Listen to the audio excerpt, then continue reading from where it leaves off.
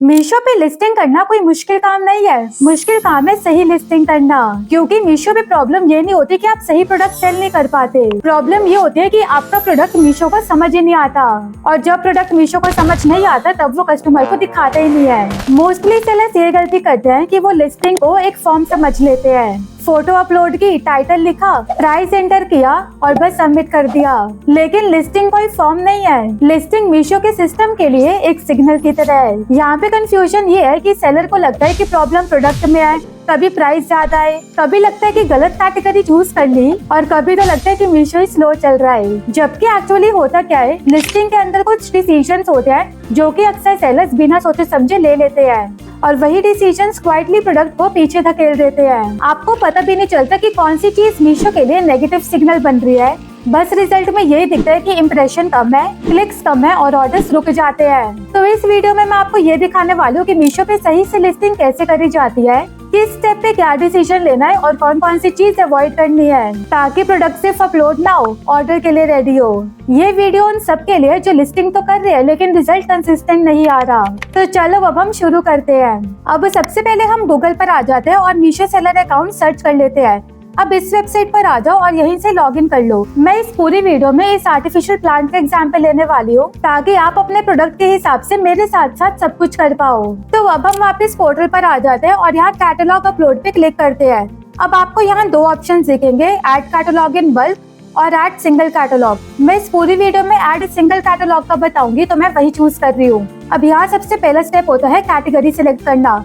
इसको फिल करने के दो मेथड होते हैं। पहला ये है कि मेरा प्रोडक्ट आर्टिफिशियल प्लांट है, तो मैं सबसे पहले यहाँ होम एंड किचन चूज कर रही हूँ, फिर होम डेकोर, फिर आर्टिफिशियल फोना और फिर artificial plant, flowers and shrubs.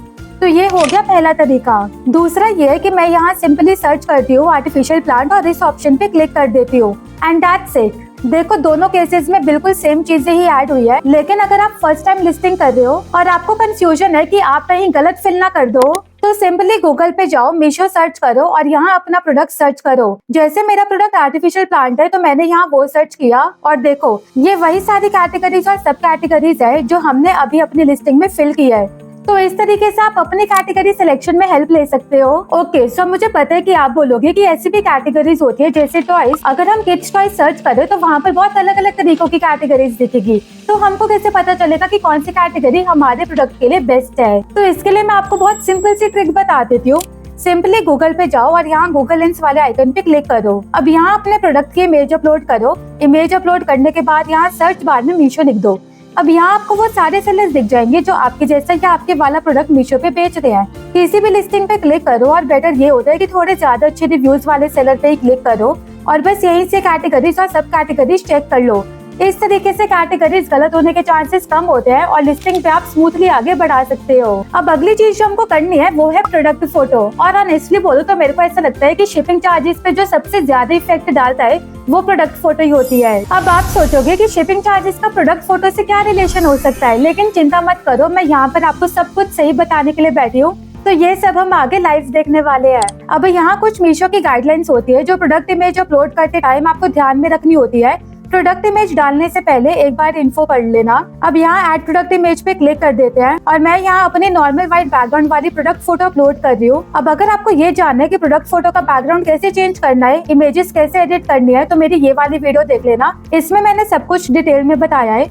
तो अब मैंने ये प्रोडक्ट इमेज अपलोड कर दिया है, और ये जो सारी चीजें यहाँ मेंशन है ये आपके प्रोडक्ट इमेज में नहीं होनी चाहिए। तो इन गाइडलाइंस को ध्यान में रख के ही प्रोडक्ट फोटो अपलोड करना, ताकि आपका कैटलॉग रिजेक्ट ना हो जाए। आगे बढ़ने से पहले आपको अभी तक की वीडियो कैसी लग रही है कमेंट सेक्शन में जरूर बताना। मेरे को बहुत अच्छा लगता है जब आप अपने फीडबैक देते हो। और ईकॉम चित्रा को सब्सक्राइब और वीडियो को लाइक करना बिल्कुल भी मत भूलना।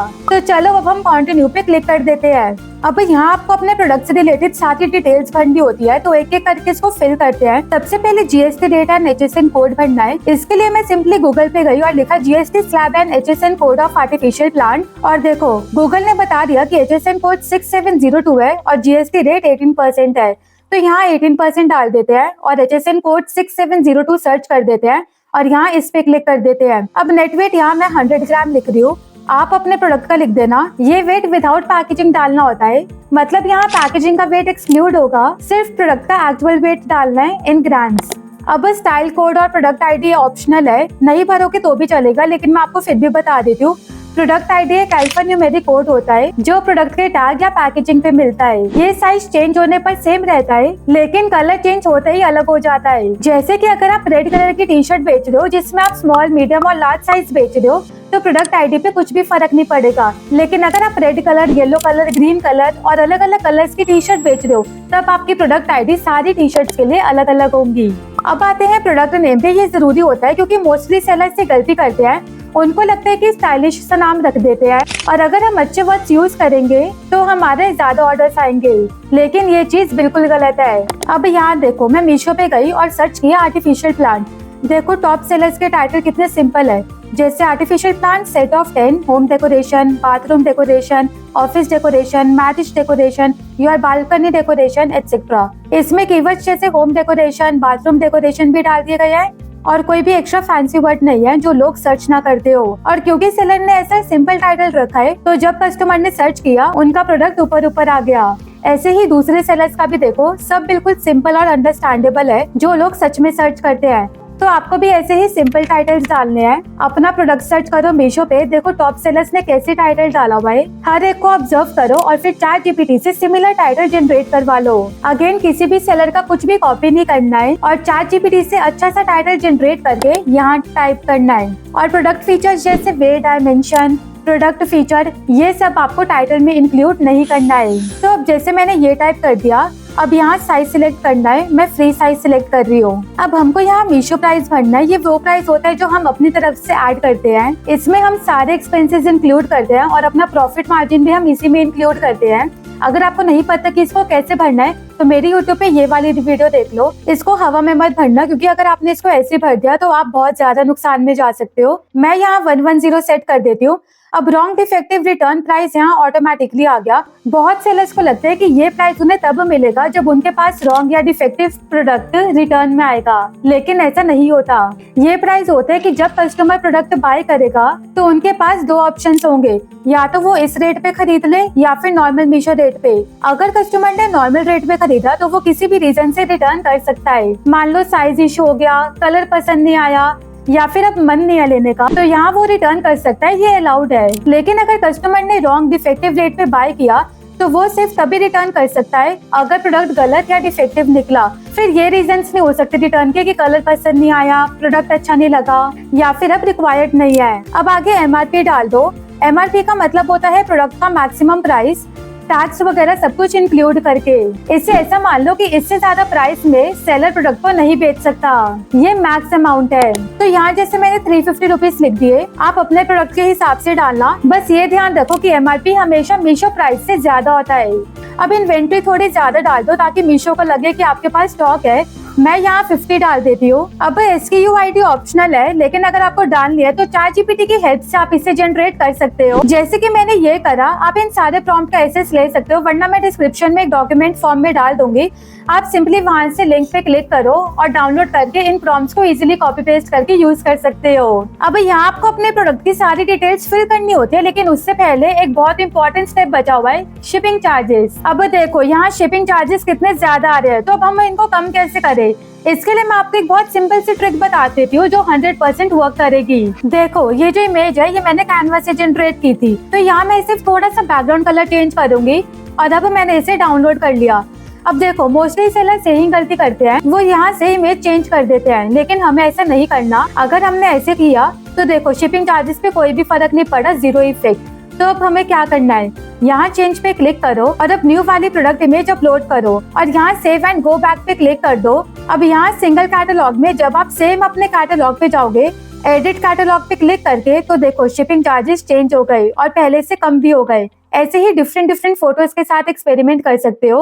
अब आप ये भी बोलोगे कि इतनी गंदी प्रोडक्ट इमेज लगाएंगे तो शिपिंग चार्जेस तो कम हो जाएंगे, लेकिन ऑर्डर्स का क्या, कोई खरीदेगा ही नहीं। तो इसका सॉल्यूशन ये है कि अब यहाँ से इमेज को डायरेक्टली चेंज करो और यहीं पे 3 और इमेजेस अपलोड कर दो अपनी पसंद की, एंड दैट्स इट। इससे ना तो शिपिंग चार्जेस बढ़ेंगे और साथ ही प्रोडक्ट इमेज भी प्रॉपर रहेगी। और अब सबसे कूल पार्ट बताती हूँ, ये इमेज AI जनरेटेड है, प्रॉम्प्ट मैं सेम डॉक्यूमेंट में डाल दूंगी। ये प्रॉम्प्ट सारी कैटेगरीज के साथ काम करेगा। और देखो अब मैंने प्रोडक्ट इमेज चेंज की और शिपिंग चार्जेस अभी भी कम ही है, कोई चेंज नहीं आया। तो अगर आप एआई इमेजेस शुरू में यूज करोगे तो शिपिंग चार्जेस ज्यादा आ सकते हैं, लेकिन अगर आप यहीं से डायरेक्ट चेंज करोगे तो कोई भी डिफरेंस नहीं आएगा। मुझे लगता है इस बात से रिलेटेड आपके सारे डाउट्स क्लियर हो गए होंगे। अगर फिर भी कुछ रह गया हो तो आप मेरे से कमेंट सेक्शन में पूछ सकते हो। और इसी के साथ अब आपको ये भी आंसर मिल गया होगा कि मेरे को ऐसा क्यों लगता है कि प्रोडक्ट इमेजेस से शिपिंग चार्जेस को सबसे ज्यादा इफेक्ट करते हैं। तो चलो अब हम फटाफट बाकी सारी डिटेल्स फिल कर देते हैं। तो अब हम कलर ग्रीन सिलेक्ट कर देते हैं। जेनेरिक नेम में आर्टिफिशियल प्लांट, फ्लावर्स और श्रब्स वाला सिलेक्ट कर लेते हैं। मटेरियल में प्लास्टिक सिलेक्ट कर देते हैं। नेट क्वांटिटी में यहाँ पर 1 रख रही हूँ। अगर मान लो आप 2 का सेट बना के बेच रहे हो तो यहाँ आपको 2 चूज करना है। तो वैसे ही आपको अपने हिसाब से सिलेक्ट करना होता है ये। अब यहाँ आपको प्रोडक्ट ब्रेथ, हाइट और लेंथ डालनी होती है। इसके लिए सबसे पहले प्रोडक्ट यूनिट चूज कर लो। मैं यहाँ सेंटीमीटर में मेजर कर रही हूँ तो मैंने यहाँ सेंटीमीटर सेलेक्ट कर लिया और स्केल की हेल्प से प्रोडक्ट मेजर कर लिया। टाइप में यहाँ आर्टिफिशियल प्लांट डाल रही हूँ। अब सिमिलरली यहाँ वेट यूनिट चूज करनी होती है, ग्राम या किलोग्राम। अपने प्रोडक्ट के अकॉर्डिंग चूज करो और उसके हिसाब से वेट सिलेक्ट कर दो। अब यहाँ कंट्री ऑफ ओरिजिन, मैन्युफैक्चरर, पैकर और इम्पोर्टर की डिटेल्स फिल करनी होती है। बहुत सारे सेलर्स यहीं पर कंफ्यूज हो जाते हैं कि यहाँ पर क्या लिखना है, तो चलो मैं आपको सिंपल वर्ड्स में बताती हूँ। कंट्री ऑफ ओरिजिन का मतलब होता है कि प्रोडक्ट किस कंट्री में बना है। अगर आपका प्रोडक्ट इंडिया में बना है तो सीधा इंडिया सेलेक्ट कर दो, और अगर बाहर से आया है तो उस कंट्री का नाम सिलेक्ट करो। ये इन्फॉर्मेशन यूजुअली प्रोडक्ट के बॉक्स या फिर लेबल्स पर लिखी होती है, जैसे कि मेड इन चाइना या मेड इन इंडिया। अब मैन्युफैक्चरर वो होता है जिसने प्रोडक्ट बनाया है। लेबल्स पे यूजुअली मैन्युफैक्चर्ड बाय लिखा होता है, वही नाम यहाँ फिल करना है। साथ ही मैन्युफैक्चरर का कंप्लीट एड्रेस और पिन कोड भी डालना है, जो लेबल पर ही दिया होता है। कभी कभी ऐसा होता है कि ये इन्फॉर्मेशन प्रोडक्ट के लेबल पे नहीं होती या प्रोडक्ट पे लेबल ही नहीं होता। ऐसे केस में यहाँ उस प्रोडक्ट या एंटिटी की डिटेल्स डाल दो जो प्रोडक्ट बनाने के लिए रिस्पॉन्सिबल है। अब पैकर का मतलब होता है जिसने प्रोडक्ट पैक किया है। बहुत केसेस में मैन्युफैक्चरर और पैकर सेम ही होते हैं, तो यहाँ भी वही सेम नाम, एड्रेस और पिन कोड रिपीट कर सकते हो, और इसके लिए आप इस चेक बॉक्स पे क्लिक कर सकते हो। लेकिन अगर पैकर अलग है, जैसे मान लो अगर प्रोडक्ट आपने बाहर से बाय किया है और पैक आप कर रहे हो, तो यहाँ आपको अपनी डिटेल्स डालने, क्योंकि यहाँ पर आप पैकर हो। और अब लास्ट पार्ट है इम्पोर्टर डिटेल्स। इम्पोर्टर तब आता है जब प्रोडक्ट इंडिया के बाहर से इम्पोर्ट हुआ हो। लेबल पे यूजुअली इम्पोर्टेड बाय लिखा होता है। अगर आपका प्रोडक्ट इंडिया में बना है तो आप इम्पोर्टर डिटेल्स को ऐसे छोड़ सकते हो, और अगर इम्पोर्टर है तो यहाँ आप उसका नाम, एड्रेस और पिन कोड फिल कर दो। तो आई होप आपको ये सब क्लियरली समझ आ गया होगा। अब आते हैं फाइनल पार्ट पे। यहाँ अगर आपका कोई ब्रांड नेम है तो उसे सर्च करो और सिलेक्ट कर लो, और अगर ब्रांड नेम नहीं है तो सीधा डिस्क्रिप्शन पर आ जाओ। डिस्क्रिप्शन आपको डिटेल में लिखना होता है। मैं सजेस्ट करूंगी कि पॉइंटर्स का यूज करो, बिल्कुल सिंपल लैंग्वेज में लिखो और कीवर्ड्स भर भर के डालो। जैसे मैंने ये ChatGPT से जनरेट करवाया है, यहाँ 1400 लेटर्स की लिमिट होती है, तो इस लिमिट के अंदर जितना अच्छे से लिख सकते हो उतना अच्छे से लिख दो। आपका प्रोडक्ट क्या कर सकता है, किस चीज के लिए यूज होता है, कैसे यूज होता है, ये सारे इन्फॉर्मेशन क्लियरली डिस्क्रिप्शन में ऐड कर दो। डिस्क्रिप्शन ऐसे लिखो कि मान लो कि आप एक बायर हो और ये जो आप प्रोडक्ट बेच रहे हो आप वही प्रोडक्ट खरीदना चाहते हो, तो सोचो कि आपको एज अ बायर कौन सी डिटेल्स चाहिए ताकि प्रोडक्ट खरीदने के बाद आपको कोई भी रिग्रेट ना हो। And that's it. अब आप सबमिट कैटलॉग पे क्लिक कर दो। उसके बाद मीशो की टीम पहले आपकी पूरी लिस्टिंग चेक करेगी, और अगर सब सही हुआ तो कैटलॉग पास होके लाइव हो जाएगा। तो बस इतना ही था पूरा लिस्टिंग प्रोसेस। अगर आप हर एक स्टेप ध्यान से फिल करते हो, क्लियर फोटोज यूज करते हो और डिस्क्रिप्शन अच्छे से लिखते हो, तो कैटलॉग रिजेक्ट होने के चांसेस काफी ज्यादा कम हो जाते हैं। लिस्टिंग एक बार सही हो गई तो आपका प्रोडक्ट स्मूथली लाइव हो जाएगा और आप इजीली सेल करने के लिए रेडी हो जाते हो। अब बिना डिले किए अप्लाई करो, कैटलॉग सबमिट करो और अपना प्रोडक्ट मीशो पे लाइव कर लो। आपको ये वीडियो कैसी लगी कमेंट सेक्शन में जरूर बताना, और कोई भी डाउट होगा तो कमेंट सेक्शन में पूछ लेना। और ईकॉम चित्रा को सब्सक्राइब करना और वीडियो को लाइक करना बिल्कुल भी मत भूलना। ये वीडियो जितना हो सके शेयर कर दो। Thank you so much for your support. अगली वीडियो किस टॉपिक पे बनाओ कमेंट सेक्शन में जरूर बता देना। मिलते हैं जल्द ही।